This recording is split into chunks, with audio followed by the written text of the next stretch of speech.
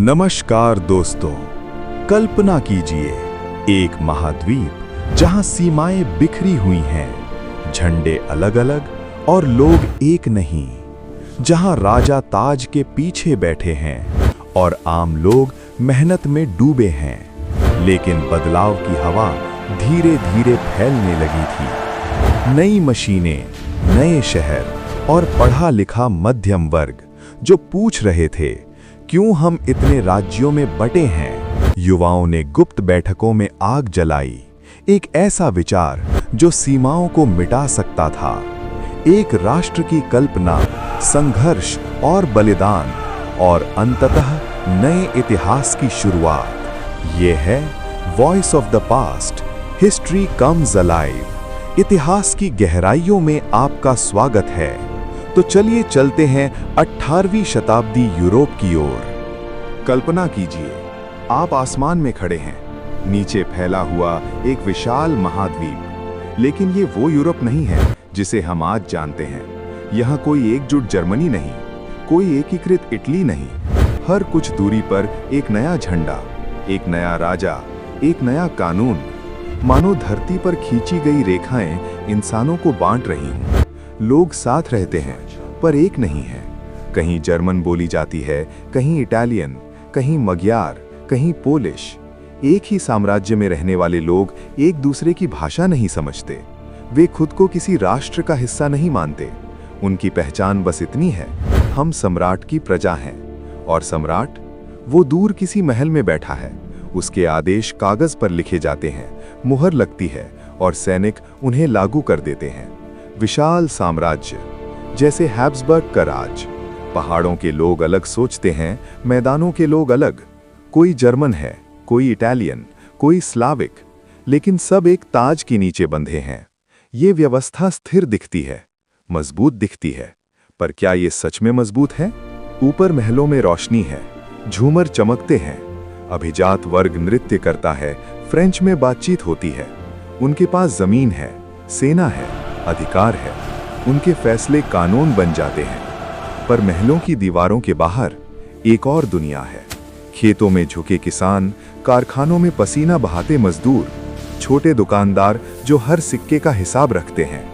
वे कर देते हैं, वे आदेश मानते हैं, वे चुप रहते हैं। पर इतिहास की हर चुप्पी के भीतर एक हलचल छिपी होती है। फिर समय बदलता है। इंग्लैंड में मशीनों की आवाज गूंजने लगती है। धुएं से भरे कारखाने आसमान को काला करने लगते हैं। लोहे की मशीनें इंसानी श्रम को चुनौती देती हैं। एक नई दुनिया जन्म ले रही है, औद्योगिक दुनिया। शहर बढ़ते हैं, रेल की पटरियां बिछती हैं, बाजार फैलते हैं। और इसी के साथ जन्म लेता है एक नया वर्ग, मध्यम वर्ग। पढ़ा लिखा, सोचने वाला, सवाल पूछने वाला। ये लोग तलवार नहीं उठाते, ये कलम उठाते हैं। वे पूछते हैं, हम इतने राज्यों में क्यों बटे हैं? हर सीमा पर कर क्यों देना पड़ता है? हर जगह अलग कानून क्यों? एक व्यापारी जब एक शहर से दूसरे शहर जाता है तो उसे कई चौकियां पार करनी पड़ती हैं। हर जगह कर, हर जगह अलग सिक्के, अलग मापतौल। जैसे कोई अदृश्य दीवारें व्यापार और विकास को रोक रही हों। धीरे धीरे एक विचार जन्म लेने लगता है, अगर हम एक हों तो? अगर एक बाजार हो, अगर एक कानून हो, अगर एक पहचान हो। लेकिन इसी के साथ एक और विचार हवा में तैर रहा है, स्वतंत्रता। लोग कहने लगे, सरकार जनता की सहमति से होनी चाहिए, कानून सबके लिए बराबर हो, व्यक्ति को बोलने का अधिकार हो। ये शब्द सुनने में सरल हैं, पर राजाओं के लिए ये खतरे की घंटी हैं। 1815 नेपोलियन हार चुका है। यूरोप के बड़े शासक एक भव्य सभा में इकट्ठा होते हैं। वे तय करते हैं, अब कोई बदलाव नहीं होगा। पुरानी राजशाही लौटेगी, पुरानी व्यवस्था कायम रहेगी। मानो समय को पीछे मोड़ने की कोशिश की जा रही हो। अखबारों पर सेंसर, किताबों पर निगरानी, गीतों तक पर पहरा। पर क्या विचारों को कैद किया जा सकता है? रात के अंधेरे में कुछ युवा इकट्ठा होने लगते हैं। मोमबत्ती की हल्की रोशनी में फुसफुसाहट होती है। हम सिर्फ प्रजा नहीं हैं, हम एक राष्ट्र हैं। इटली में एक युवा उठता है, उसकी आंखों में जुनून है। वो मानता है कि राष्ट्र ईश्वर द्वारा बनाई गई प्राकृतिक इकाई है। इटली को एक होना चाहिए। वो गुप्त संगठन बनाता है, युवाओं को जोड़ता है, विचारों की मशाल जलती है। और ये सिर्फ इटली तक सीमित नहीं रहता। जर्मन प्रदेशों में भी लोग एकता की बात करते हैं। पोलैंड में विद्रोह की चिंगारी सुलगती है। फ्रांस में स्वतंत्रता की याद अब भी जिंदा है। राजमहलों में बेचैनी बढ़ती है। सलाहकार चेतावनी देते हैं, ये आग फैल सकती है। लेकिन आग फैलती है, क्योंकि ये केवल सत्ता का संघर्ष नहीं है, ये पहचान का संघर्ष है। जब कोई व्यक्ति समझता है कि वो केवल किसी राजा की प्रजा नहीं, बल्कि एक साझा भाषा, साझा इतिहास और साझा सपने का हिस्सा है, तो उसके भीतर कुछ बदल जाता है। और जब लाखों लोगों के भीतर यह बदलाव आता है, तो सीमाएं टिक नहीं पाती। धीरे धीरे राष्ट्रवाद एक भावना से आंदोलन बन जाता है। आंदोलन से क्रांति, क्रांति से नया इतिहास। सड़कों पर भीड़ उतरती है, झंडे बदलते हैं, पुराने ताज डगमगाने लगते हैं। राजाओं ने सोचा था कि वे सब कुछ नियंत्रित कर सकते हैं, पर उन्होंने एक चीज को कम आंका, जनता की जागृति।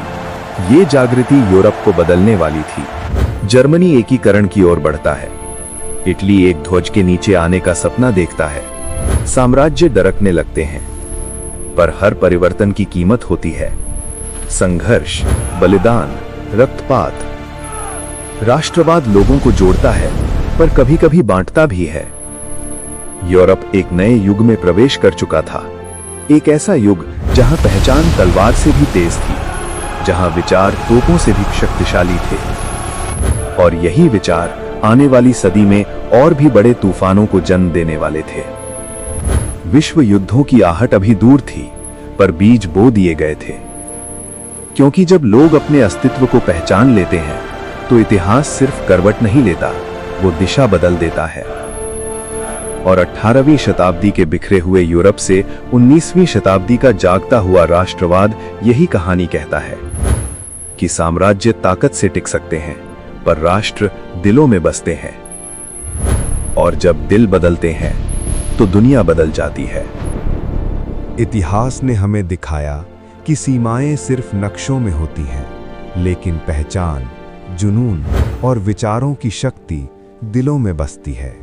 राजशाही गिर सकती है, साम्राज्य बदल सकता है, लेकिन जब लोग जाग जाते हैं, तो इतिहास खुद को लिखने लगता है। ये थी कहानी राष्ट्रवाद की, और ये सिर्फ इतिहास नहीं, ये चेतना है। धन्यवाद दोस्तों। Voice of the past history comes alive के साथ जुड़े रहने के लिए। अगले वीडियो में फिर मिलेंगे इतिहास की नई गहराइयों के साथ।